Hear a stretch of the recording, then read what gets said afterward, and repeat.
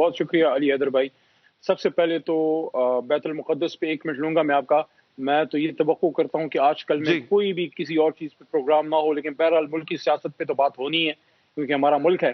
لیکن جو القدس شریف اور جو پاک زمین فلسطین کی ہے، اس کے ساتھ جو ظلم ہوا، جو ہم نے نظارے دیکھے، یقین کریں علی حیدر بھائی، آپ کا تو نام ہی علی ہے اور آپ کے نام میں حیدر بھی آتا ہے، اور وہی مثالیں تازہ ہو رہی ہیں جو حضرت علی رضی اللہ تعالیٰ عنہ، حضرت امام حسین رضی اللہ عنہ کے ساتھ ہوا سارا کچھ، کہ جو عید کی آمد ہے، خوشیوں کی آمد ہے، لیکن وہاں لوگوں کے ہاتھوں میں ان کے بچوں کی لاشیں تحفوں کے طور پہ دے دیے گئے، اور پوری اسلامی دنیا خاموش ہے سوائے چند ایک لوگوں کے. خان صاحب بولے ہیں یا طیب اردگان صاحب ایک کا دکا کہیں اور، پوری امت مسلمہ اور اس کے لیڈران خاموش ہے. اور میں سمجھتا ہوں یہ وقت ہے کہ ہم اٹھیں، ہم جاگیں اور اپنے آپ سے سوال کریں.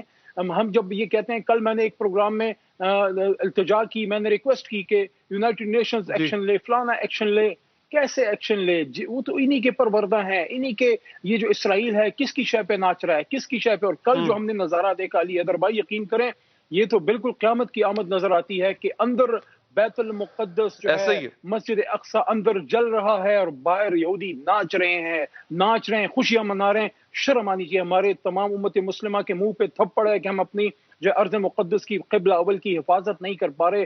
فوجیں بھی ہیں، سب کچھ ہیں پوری اسلامی دنیا میں، کچھ نہیں ہے تو جذبہ ایمان نہیں ہے. میں سمجھتا ہوں ہم سب لوگوں کو آج اپنے آپ سے سوال کرنا چاہیے کہ یا اللہ تو ہم سے اتنا ناراض ہو گیا کہ ایک طرف جو ہے اتنی بیماری آ گئی کہ ہم پہ جو ہے ہم پہ اللہ تعالیٰ کے گھر کے دروازے بند ہونے کو ہیں. اللہ کا شکر ہے کہ اب یہ سعودی حکومت نے تھوڑا سا کھولا ہے، کووڈ کی جو ریسٹرکشنز کم ہوئی ہیں، لیکن یہ بھی اللہ کی ناراضگی کی نشانیاں ہیں. اور ساتھ ساتھ ارض مقدس کے ساتھ قبلہ اول کے ساتھ یہ کچھ ہو رہا ہے. یقین کریں یہ میری بات لکھ لیں، اگر ہم نے عملی طور پہ اس کے لیے اقدامات نہ اٹھائے، ہم یہ نمازیں ہمیں نہیں بخشوائیں گی، نہ ہمارے روزے بخشوائیں گے میرے بھائی، یہ نمازیں نہیں بخشوائیں گی. ہمیں جذبہ جہاد بخشائے گا سب امت مسلمہ کو. صرف پاکستان سے بھی نہیں ہوگا، ایک عمران خان سے بھی نہیں ہوگا، پوری امت مسلمہ کو اس پہ سٹینڈ لینا چاہیے کہ خدا را یہ کیا ہو رہا ہے، یہ کیا ہو رہا ہے، کیا یہ ان کے ہیکل سلیمانی کی تیاری تو نہیں ہو رہی؟ تو اس پہ ہم سب اپنے آپ سے سوال کریں.